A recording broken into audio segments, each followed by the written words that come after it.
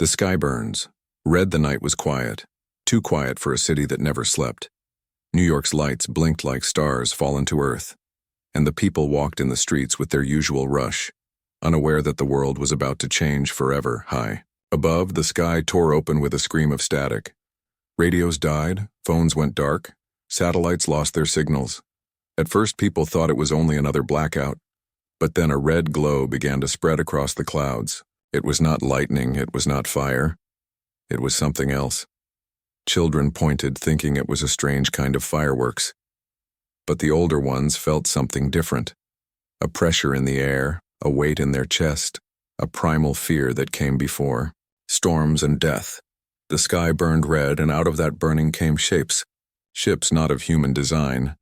They were sharp, cruel, made of black metal that seemed to drink the light. They hovered in silence, then descended like predators. Their shadows swallowed the city. Screams erupted, cars crashed, people ran without. Knowing where to go, the first beam fell. A tower crumbled into dust. Another beam cut across the streets, melting steel and stone like paper. The invasion had begun. In the chaos, soldiers rushed to respond. Tanks rolled. Jets screamed overhead. But the weapons of man looked small against the alien giants. The aliens did not speak. They did not warn. They only destroyed, but humanity was not helpless. In the command center beneath the city, General Harris slammed his fist on the table. His voice was cold, sharp. "They think we are weak," he said. "They think this is the end." He looked at the men and women around him, their faces pale but their eyes fierce. "But this is only the beginning." Orders spread like fire. Anti-air batteries opened. Missiles roared from hidden silos. Submarines in the Atlantic fired their payload into the heavens. The sky lit up with trails of light as Earth answered back. One alien ship exploded, burning like a second sun before crashing into the river.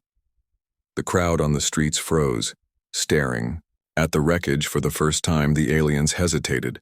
They had not expected resistance, not from a world they believed unprepared.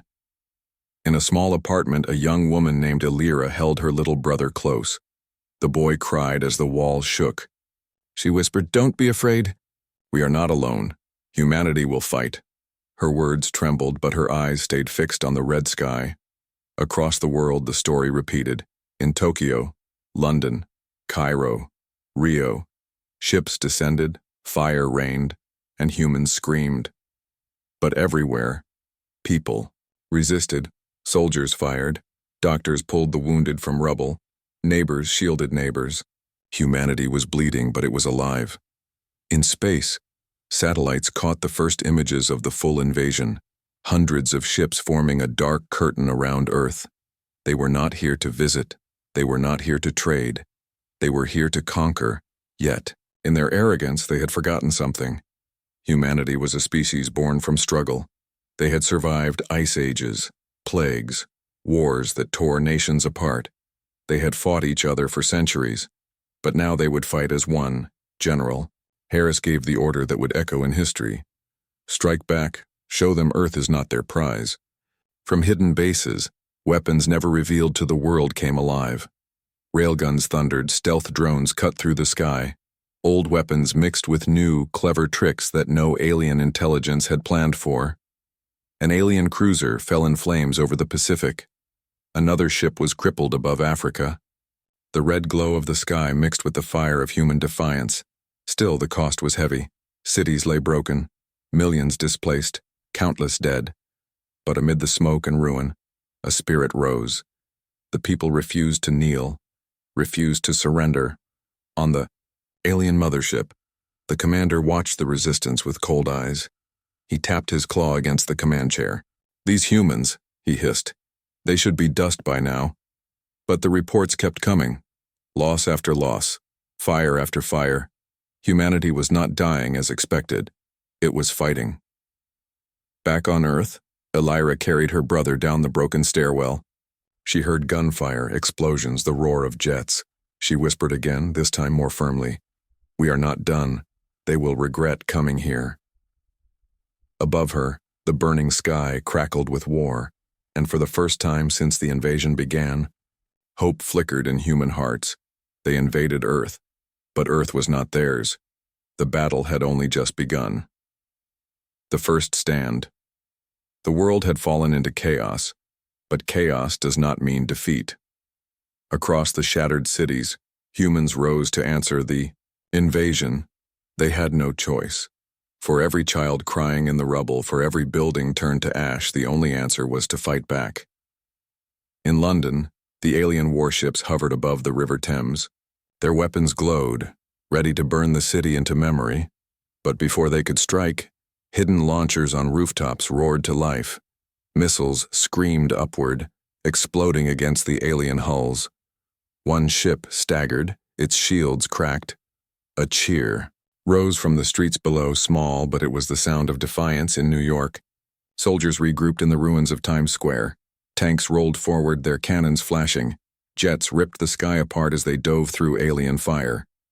The enemy weapons cut them down one by one, yet still they pressed on. Humanity's weapons were weaker, but the people were relentless. The aliens had fought wars across the stars. They had conquered worlds, crushed empires, broken countless species. But here, on Earth, they faced something new. Humanity was not just fighting for territory. It was fighting for its children, its history, its very soul. In Tokyo, underground tunnels turned into command centers. Screens glowed with maps of alien formations. Young officers shouted orders, guiding civilians to shelters while plotting strikes against the invaders. One of them, a quiet man named Daisuke, stared at the blinking red dots that marked enemy ships. He whispered to himself, "They believe we are prey." His hand tightened into a fist. "Let's show them we are hunters." And hunters they became. In the mountains of South America, resistance fighters used old weapons, rifles, explosives, even sharpened steel, to ambush alien patrols. They struck fast and vanished into the jungle. For every human life lost, an alien paid the price in blood and fire. General Harris watched the reports come in. His heart was heavy, for the losses were great, yet every map told the same story. Humans were not lying down. They were standing, fighting, bleeding, but not breaking. The aliens, confused by this stubborn resistance, adjusted their tactics.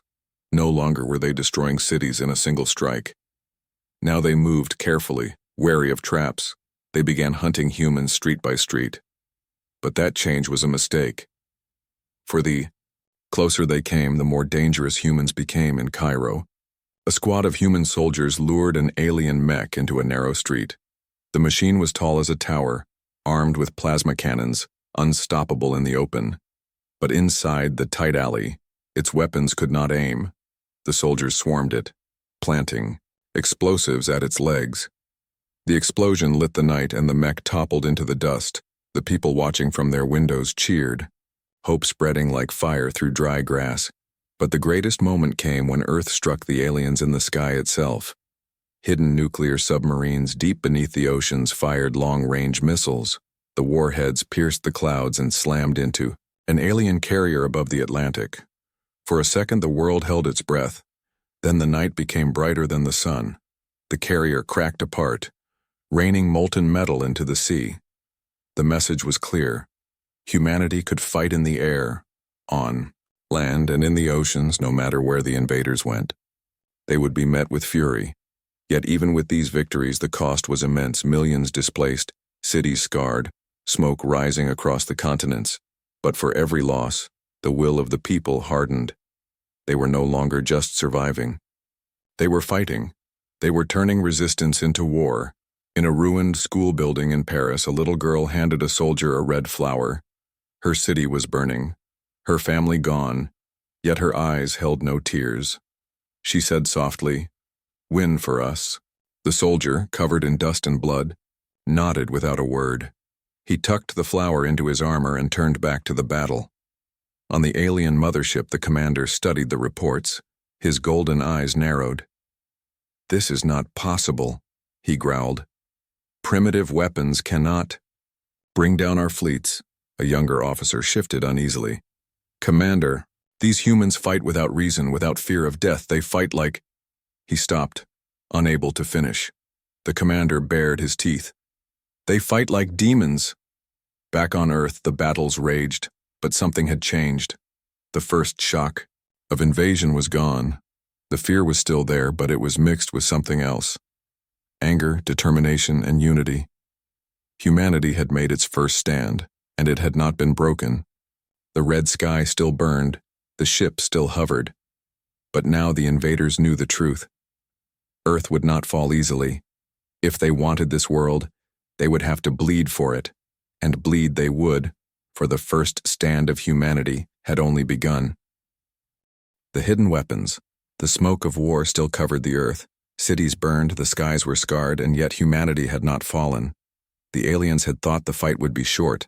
They believed Earth would kneel quickly, but the first battles proved them wrong. Humanity had made its stand, and now it was time to reveal what had been kept in the shadows. Beneath the deserts of Nevada, a massive steel door opened. It was not known to the public, not even to most governments.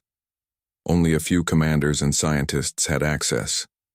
Deep inside was a project the world had denied existed. It was called Black Dawn. Rows of machines slept in silence, railguns longer than streets, drones shaped like birds of prey, missiles with guidance systems no alien ship had ever faced. For years, humanity had built them in secret, fearing the day when the stars would no longer be silent. That day had come. General Harris stood in the command chamber, his face pale under the flickering lights. "They wanted a war," he said, quietly. "Now we give them one." His words spread through every radio and underground base. His voice carried across the ruins of nations, and people heard not despair, but iron resolve. In the underground hangars, stealth bombers armed with new weapons lifted into the night.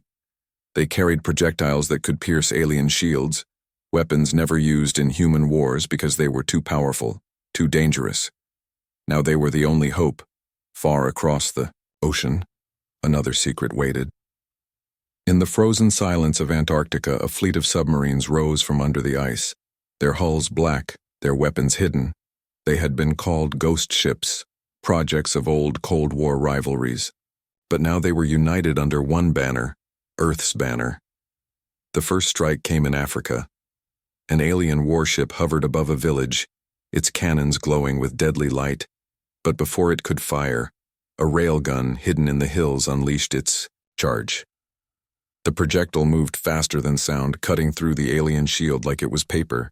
The warship exploded, scattering fire across the desert. For the first time, human weapons outmatched alien tech. In the jungles of South America, swarms of drones rose into the air. They flew low under the alien scanners. Each carried explosives powerful enough to cripple machines twice their size. They moved like insects, small, fast, unstoppable alien soldiers fired. But for every drone destroyed, 5 more reached their target. The jungle lit up with fire as alien walkers collapsed. But the most shocking moment came in orbit. The aliens had thought space belonged to them alone. They believed humanity had no true fleet, but hidden in the silence of the void were stations, satellites armed not with cameras but with weapons. At General Harris's command, they woke. A satellite above the Pacific shifted its panels, revealing a cannon powered by solar energy stored for years. It fired once, the beam carving across the stars, slicing an alien cruiser clean in half. The wreckage burned through the atmosphere, raining down like a fiery storm. The alien commander on the mothership slammed his claws against the console. His voice roared across the bridge. "Impossible, they are not supposed to have this." His officers trembled, for in every direction reports arrived. Ships lost, patrols destroyed, humans striking back not with desperation but with cunning. In the ruins of Paris, Elira, still clutching her younger brother, watched the sky as a hidden human jet streaked past. The jet vanished in silence, invisible to alien eyes. Moments later, the largest enemy ship above the city erupted in flames. The people around her cheered, hope swelling in their broken hearts. She whispered to her brother, "Do you see? We are not finished. We are only beginning." Every battlefield told the same story. Humanity was not a helpless prey. It was a predator, waiting, watching, planning. The hidden weapons, kept in the dark for years, were now unleashed like wolves from a cage. Yet even with these victories, the war was far from won. For every alien ship destroyed, dozens still hovered above. For every walker burned, more marched across the cities. Humanity's hidden strength had shocked the enemy, but the invasion was far from over. In the command bunker, General Harris looked at the maps. His voice was steady, but his eyes revealed the truth. "We've bought time," he said, "but time is not enough. They will send more. They will not forgive what we've done." He paused, then added, "So we prepare for the next step. We take the fight to them." Across the stars, the alien High Council received the reports, their faces twisted with rage and disbelief. One of them hissed, "This planet should have been nothing, a stone in the dirt." Another answered, "And yet it bleeds us, these humans. They are different." Back on Earth, as the fires burned and the sky still glowed red, humanity's heart beat stronger. The hidden weapons were no longer secrets. They were shields. They were swords. And they proved one thing to the galaxy. Earth was not an easy conquest. Earth was a trap waiting to close. And now, with the weapons revealed, the war was no longer defense. It was transformation. Humanity was preparing to strike back harder than anyone in the stars had ever imagined. The invaders had opened the door to war, but humanity had just stepped through the turning point. The world was still burning, yet something had shifted. The invaders no longer walked with certainty. Their ships no longer hovered without fear. Humanity had shown teeth, and now the war balanced on a knife's edge. In the IT ruins of Berlin, alien troops marched through the broken streets. Their machines towered above, crushing cars and homes under heavy feet. But the humans were waiting. Resistance fighters lay hidden in the shadows, armed with new weapons supplied. By black dawn, they had rail rifles, short but deadly, capable of tearing through alien armor. The trap was sprung when the lead walker turned into a wide avenue. The resistance fired as one. Beams of light and steel ripped into the machine. Explosions tore through its legs, and the massive walker fell like a mountain of fire. The aliens scrambled, returning fire, but the humans did not stay to fight head-on. They melted back into the ruins, striking again from another angle. The invaders were powerful, but they were clumsy. They were hunters who had never faced prey that could bite back. In the command center, General Harris studied the battle maps. Red markers for alien forces spread across the continents. Blue markers for human forces were smaller, scattered, but alive. "They expect us to fight like soldiers," he said, his voice calm but sharp. "But we will fight like ghosts. We will bleed them until they cannot stand." And so the plan was set. Humanity would not fight the aliens in open fields where their machines ruled. Instead, they would turn their cities into traps, their ruins into weapons. In New York, skyscrapers were rigged with explosives, entire districts wired to collapse at the right moment. When the alien convoys moved in, the towers fell, crushing ships and soldiers beneath steel and fire. The people who had once lived in those buildings wept, but they also cheered, for their homes had become weapons. In Moscow, the winter itself became an ally. Temperatures dropped, snow buried the streets, alien armor froze, their engines struggled, human fighters struck from the white storms, unseen until it was too late. The aliens had never known cold like Earth's, and it killed them as surely as bullets. The invaders began to lose ground, small at first, then greater. For every city they took, they lost another. For every ship they brought, another burned in the sky. And with each battle, humanity grew, bolder. On the alien mothership, the commander raged. His claws cut deep into the steel of his chair. "This planet defies us," he hissed. His officers remained silent, afraid to meet his gaze. The commander's voice thundered, "Then we will burn it until nothing remains." But humanity was already a step ahead. The hidden fleet that had slept in Earth's orbit was now awake. Stealth carriers rose from the oceans, their black hulls breaking through the waves. They launched fighters built not for speed but for cunning, machines designed to slip past alien scanners, to strike where no defense could block them. The first great victory came above the Mediterranean. A swarm of human fighters lured an alien dreadnought into a narrow orbit path. The dreadnought was vast, its weapons enough to burn continents, but its arrogance blinded it. It followed the fighters low, closer to the atmosphere, and there, hidden railguns on Earth's surface opened fire. The dreadnought shook, fire ripping through its frame. Then it broke apart, falling into the sea like a dying star. The world watched. For the first time since the invasion began, humanity had not only survived a battle but destroyed one of the enemy's strongest war machines. The people cheered, the soldiers shouted, hope surged like a storm across the earth. Alira stood on a rooftop in Paris, her little brother clutching her hand. She saw the alien ship burn across the night sky. Her voice trembled, but her eyes were fierce. "They can bleed," she whispered. "And if they can bleed, we can win." In South America, jungle fires marked the ruins of alien camps. In Africa, human militias rose armed with scavenged alien tech. In Asia, hidden bases launched weapons built in secret for years. The tide was turning slowly, painfully, but surely. General Harris watched the reports come in. His heart, heavy for every life lost, carried one truth. This was no longer survival. This was victory in motion. "They came to conquer us," he said, "but we are teaching them fear." And indeed, fear crept into the alien ranks. They had believed this war would be swift, now it dragged on. Every day costing more lives, more ships, more pride. They had faced great empires across the galaxy, but none had fought like this. None had fought with such desperation mixed with such brilliance. The turning point had come. Humanity was no longer just defending, it was attacking. It was striking not only to survive but to win. Above the smoking cities, the red sky glowed, not only with fire but with the light of human resistance. The invaders had thought Earth was weak. Now they understood. Earth was a fortress, and its people were warriors, and the war had only begun to tilt. The wrath of Earth. The Earth was scarred but not silent. Smoke rose from cities, oceans boiled with wreckage, and skies burned with fire.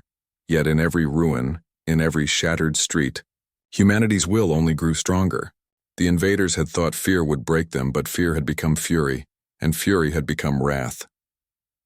General Harris stood in the underground war room, his voice carried across radios and comms, reaching soldiers, pilots, and civilians alike.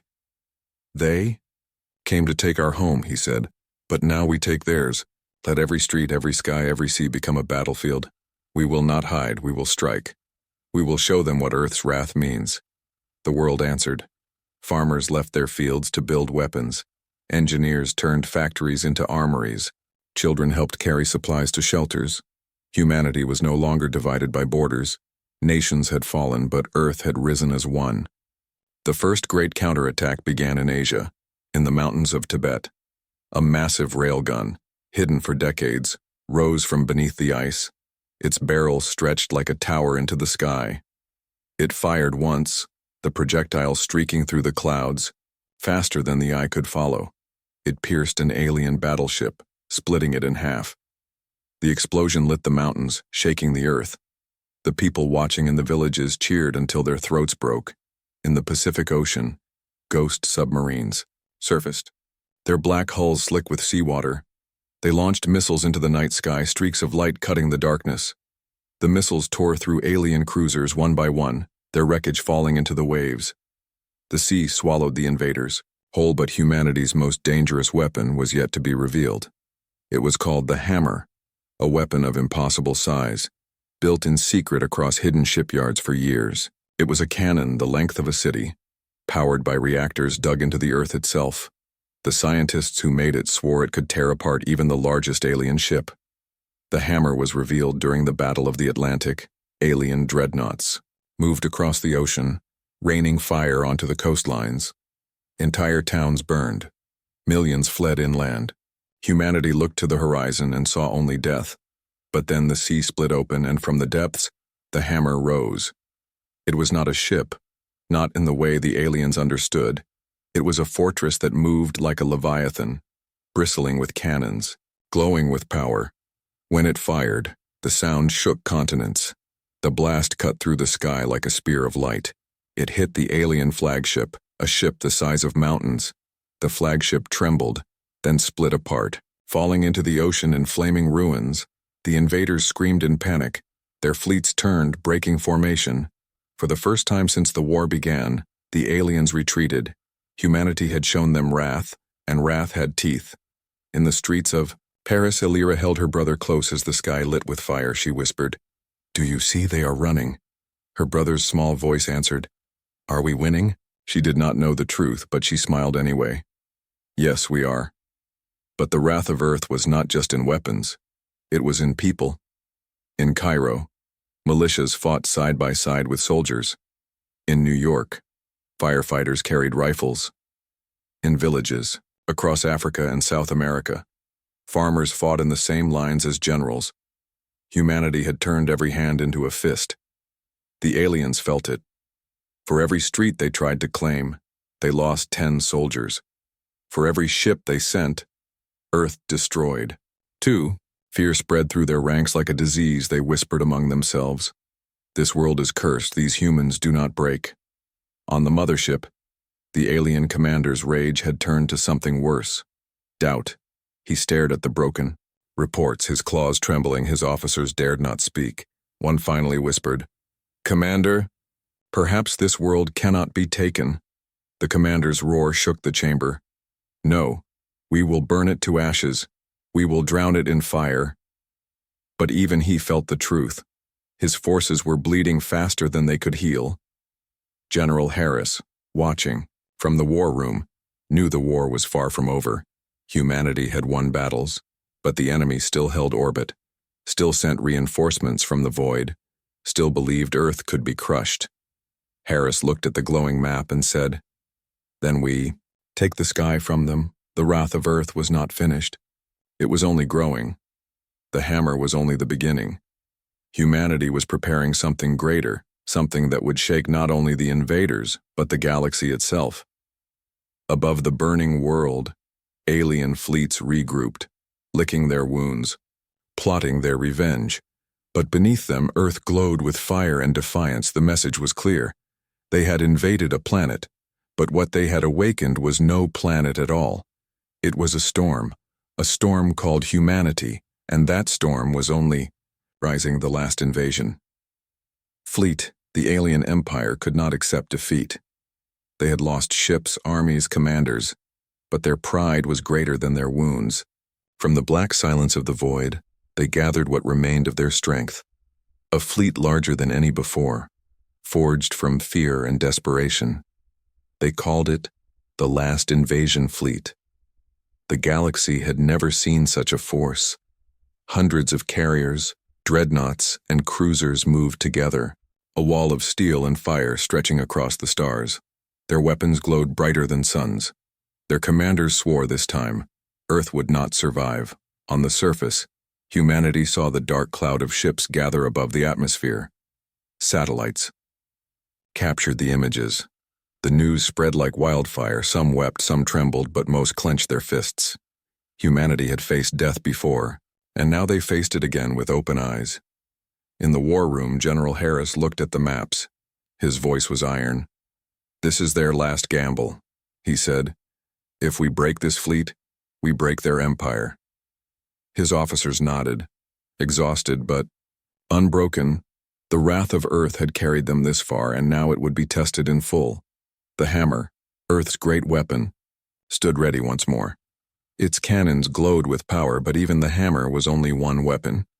The fleet above was vast. It would take more than strength to destroy it. It would take cunning. Humanity prepared traps not only on land but in the skies. Old satellites were turned into bombs. Space stations became fortresses. Even cargo ships were rigged with explosives. The whole of Earth had become a battlefield. When the fleet descended, the world shook. The sky lit with fire as hundreds of alien ships entered the atmosphere. Cities burned before the battle even began. Their beams cut across continents, seas boiled and mountains cracked. But humanity did not bow. It rose. From the oceans, carriers emerged, launching swarms of fighters. From underground bunkers, missiles screamed upward. From the deserts, railguns fired into the sky. The planet itself seemed to roar as every hidden weapon was unleashed at once. The battle was like no other. The air burned with fire, the seas rose with thunder, the earth trembled under the weight of war. Alien ships fell one by one, crashing into oceans, smashing into mountains. But humanity too paid dearly. Fighters burned in the skies, soldiers were lost by the thousands, entire cities became graveyards. Yet even as death spread, hope grew. For every alien ship destroyed, humanity fought harder. The people on the ground looked up and saw the sky filled with fire, but they also saw alien giants falling. They shouted, cried, and believed. Hilara stood in the streets of Paris with her brother. They had no weapons, only courage around her. Neighbors dug through rubble, pulling out the wounded, handing water, carrying the fallen. They were not soldiers, but they were part of the war, she whispered. Hold on. This is the end of them, I know it. In orbit, the battle reached its peak. Alien dreadnoughts formed a circle around Earth, their cannons glowing.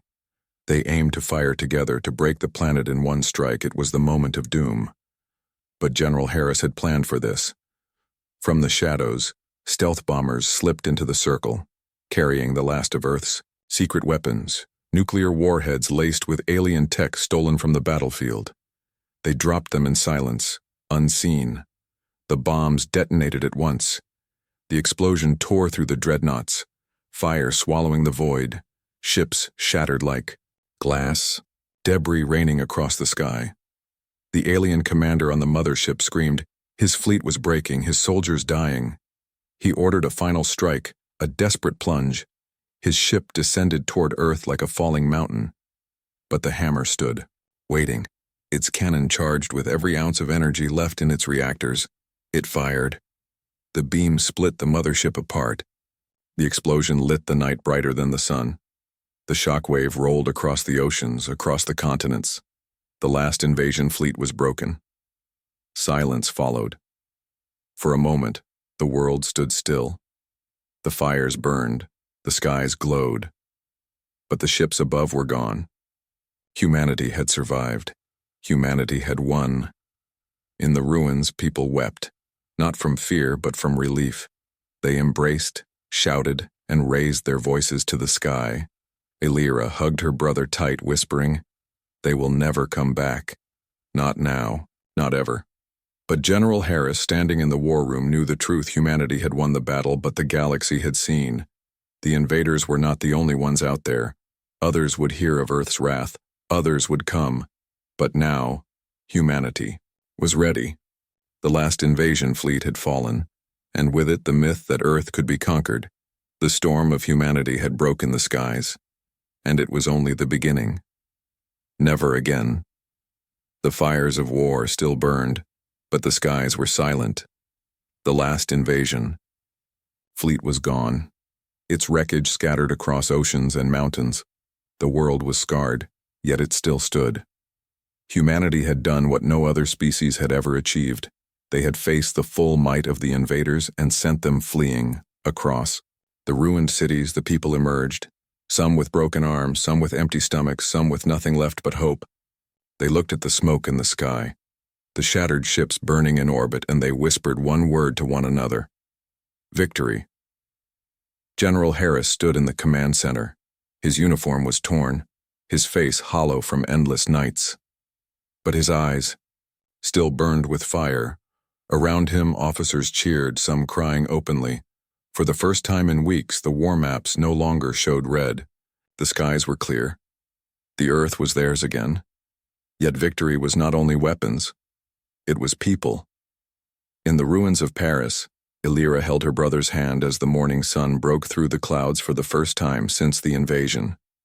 The boy smiled, tired but alive.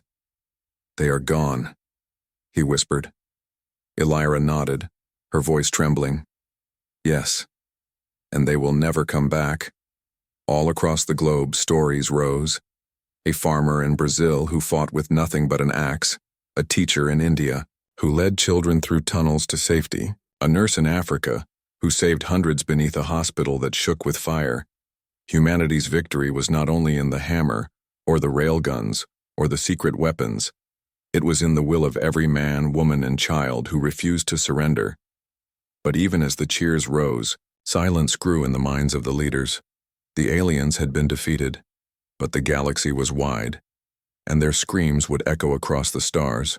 Other empires, other predators, would hear. Some might come for vengeance, others for curiosity.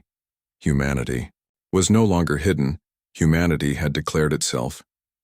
General Harris spoke to the world that night. His voice was transmitted through battered radios, old televisions, and even word of mouth in villages where no machines worked. He stood tall and proud, his shadow cast by the dim light of the war room. "We have fought the storm," he said. "We have stood against an empire that believed us weak. We have paid in blood, in tears, in fire. But today we stand free." He paused, his eyes hard as stone. "Let the galaxy hear this. Never again will Earth kneel. Never again will humanity bow. If they come for us, we will rise. If they burn our skies, we will burn theirs. If they invade our home, we will take the fight to their worlds. This is our vow. This is our truth. Never again." The speech carried across the world. People lifted their heads, shouted, cried, and promised themselves the same oath. Never again. Above the earth, wreckage drifted in the void, shattered alien ships now silent monuments. Yet humanity did not leave them as graves. They became warnings. Engineers and soldiers worked together to drag the wrecks into orbit, forming a ring around the planet, a shield of steel and ruin, a message to the stars. Anyone who looked upon Earth would see the broken fleet and understand. The planet was not prey, it was predator. In the days that followed, nations rebuilt, not as rivals but as one. Borders mattered less, old flags were lowered, and a new one was raised. A single banner that bore the symbol of Earth. Humanity had been divided for centuries, but the war had burned away those walls. The invaders had given them one gift, the unity of survival. Elira walked through the streets of Paris with her brother. The buildings were broken, the air still thick with smoke, yet flowers grew between the cracks, and children laughed again. She looked up at the clear sky for the first time in months, free of fire, and whispered, "We are still here." The galaxy was watching. Somewhere in the black, the alien survivors fled, carrying their shame, carrying their fear. They would tell others of what they had faced, of humans who turned ruins into weapons, oceans into traps, and death into fury. They would whisper to their kind, "Do not go to Earth." And so the story began. The legend of a small blue planet, where invaders came and never returned. The story of humanity's wrath, humanity's unity, humanity's survival. The war was over, but the message was eternal. Humanity was not weak. Humanity was not prey. Humanity was not a world to be conquered. They had invaded Earth, but humanity had made sure they would never come back, never again.